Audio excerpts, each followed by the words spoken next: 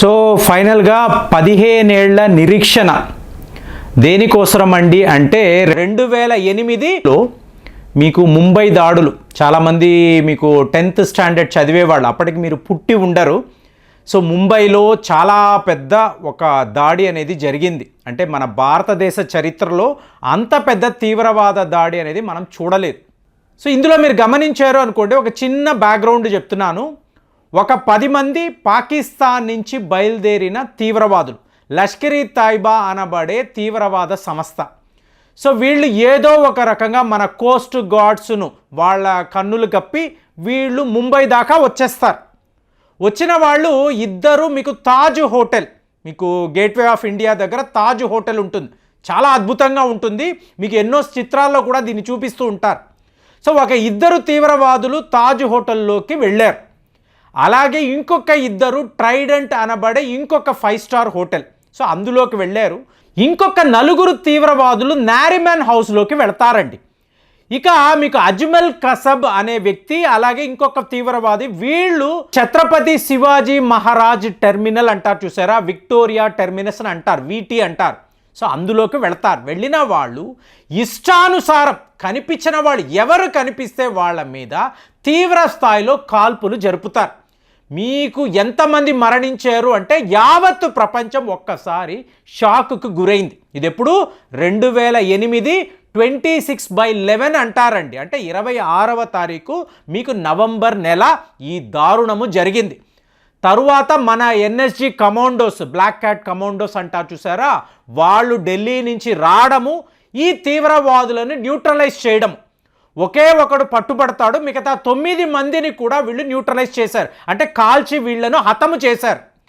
మీకు మన judicial system ఎంత గొప్పది అంటే, ఈ అజ్మల్ కసబ్ని అంటాం చూసారా, 4 ఏళ్ల పాటు మన జైళ్లలో, అంటే ఇంకా చెప్పాలంటే మన లీగల్ సిస్టమ్తో పోరాటము చేసాడండి.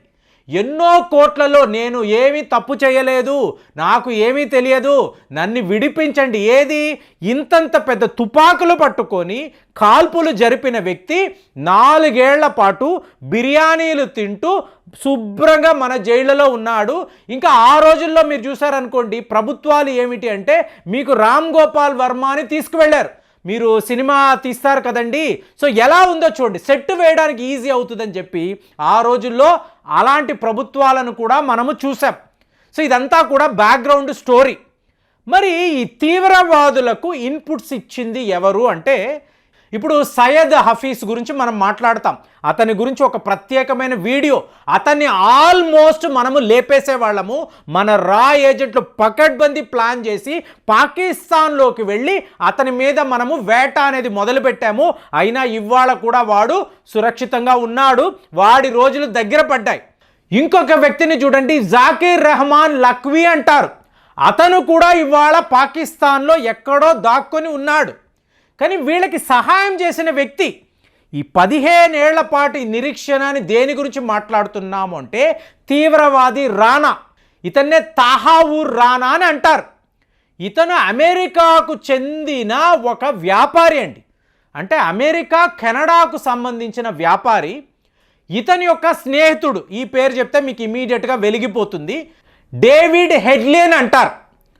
సో ఈ డేవిడ్ హెడ్లీ అలాగే మీకు ఈ రానా, వీళ్ళు ఇద్దరూ కలిసి మీకు లష్కర్-ఈ తోయిబాకు సంబంధించిన ఈ తీవ్రవాదులు ఉన్నారు చూసారా, వాళ్లకు భారత్లో ఎక్కడెక్కడ ఎలాంటి ప్రాంతాలు ఉంటాయి, మీరు ఎలాంటి ఆయుధాలు తీసుకువెళ్ళాలి, ఎంతెంత దూరంలో ఎక్కడెక్కడ ఎలాంటి దాడులు చేయాలి, ఎంతమంది పోలీసులు, ఎంతమంది సెక్యూరిటీ గార్డ్స్ మీకు ఈ ప్రాంతాలను వాళ్ళు రక్షిస్తూ ఉంటారు, మొత్తము డేటా అండి. ఈ రానా అనబడే వ్యక్తికి ముంబైలో ఒక ఆఫీసు కూడా ఉంది. సో ఇక్కడే ఇతను ఈ తీవ్రవాదులకు కావలసిన ఇన్ఫర్మేషన్ సర్వము ఇచ్చాడు. మీకు డేవిడ్ హెడ్లీ పేరు విన్నారనుకోండి, ఇతను ఒక అమెరికన్ కదా, ఇతనికి భారత్ మీద ఇంత ద్వేషం ఎందుకు, పాకిస్తాన్ తీవ్రవాదులకు ఇలా సహాయం ఎందుకు చేశాడు, చాలామంది అడుగుతూ ఉంటారు. చూడడానికి అచ్చం ఒక అమెరికన్ లాగే ఉంటాడు. ఇవాళ ఇతను అమెరికా జైల్లో ఉన్నాడు. రానా కూడా అంటే రానా అన్నప్పుడు ఏంటంటే, ఈ డేవిడ్ హెడ్లీని వీళ్ళు పట్టుకున్నారు చూసారా, పట్టుకొని వీళ్ళు అమెరికా తీసుకువెళ్ళారు. ఇంట్రాగేషన్ చేసినప్పుడు తాహవూర్ రానా అనబడే నా మిత్రుడు చైల్డ్హుడ్ ఫ్రెండ్ అండి, మేమిద్దరం చైల్డ్హుడ్ ఫ్రెండ్స్. సో ఇతను కూడా ఈ కుట్రలో భాగమే. సో తీవ్రవాదులకు ఇవ్వాల్సిన ఇన్పుట్ అనేది ఇతను కూడా ఇచ్చాడు అని చెప్పి మీకు డేవిడ్ హెడ్లీ చెప్పడంతో సో వీళ్ళిద్దరు ఇవాళ అమెరికాలో వాళ్ళ జైలులో ఉన్నారు. ఏమండి, అమెరికాలో తీవ్రవాదము అనేది నథింగ్ కదా. ఖాలిస్తాన్ తీవ్రవాదులు హ్యాపీగా ఫ్రీగా వాళ్ళు తిరుగుతున్నారు, ఎక్కడ పడితే అక్కడ వాళ్ళు వీడియోలు పెడుతున్నారు, భారత్లో ఎక్కడెక్కడ బాంబులు పేలుస్తాము అని కూడా మాట్లాడుతున్నారు. మరి వాళ్ళని అమెరికా అరెస్ట్ చేయదు కదా, యూకే వాళ్ళు చేయరు, ఆస్ట్రేలియా వాళ్ళు చేయరు. మరి వీళ్ళని ఎందుకండి అరెస్ట్ చేశారు? వీళ్ళు అంత పెద్ద తప్పు ఏం చేశారు? భారత్లో తీవ్రవాద దాడులు చేస్తే అమెరికాలో వీళ్ళని ఎందుకు మీరు అరెస్ట్ చేసి జైళ్ళలో పెడతారు అంటే, మీరు ముంబై దాడుల్లో ఏకంగా 6 మంది అమెరికా పౌరులు మరణించారండి. అలాగే 4 మీకు ఇజ్రాయెల్కి చెందిన వాళ్ళు ఉన్నారు, ఎంతోమంది యూరోపియన్స్. కాబట్టి మా వాళ్ళ ప్రాణాలు వీళ్ళు తీశారు కాబట్టి వీళ్ళ మీద మేము నిఘా పెట్టాము, ఫైనల్గా వీళ్ళని అరెస్ట్ చేశాము, ఇవాళ అమెరికా జైళ్ళలో ఉంచామని చెప్పి లాజికల్గా అమెరికా వాళ్ళు మాట్లాడతారు. వాళ్ళకి వస్తేనే రక్తం అండి, మీకు వస్తే ఇది టమాటా కెచప్, బాగా గుర్తుపెట్టుకోండి. సో అలాంటిది ఏమైంది, ఇవాళ డేవిడ్ హెడ్లీ, తాహావుర్ రానా, సో వీళ్ళు అమెరికా జైళ్ళలో ఉన్నారు. సో మొన్న ఏం జరిగింది అంటే అమెరికా కోర్టు ఒక చాలా పెద్ద నిర్ణయం తీసుకుంది. అంటే ఇండియా యుఎస్ ఎక్స్ట్రాడిషన్ ట్రీటీని అంటారు. అంటే అక్కడ ఇతను ఒక ట్రయల్లో ఉన్నాడు, ఇంట్రాగేషన్ జరుగుతుంది, ఇతనిని భారత్ తీసుకువచ్చి ఇక్కడ మా జ్యుడిషియరీ సిస్టమ్ ముందు నిలబెట్టి మేము ఇంట్రాగేట్ చేసి ఆధారాలతో ఇతను ఒక తీవ్రవాది, ముంబై దాడుల్లో ఇతను పాలు పంచుకున్నాడు అని చెప్పి ప్రూవ్ చేసి మనము శిక్ష విధించాలి.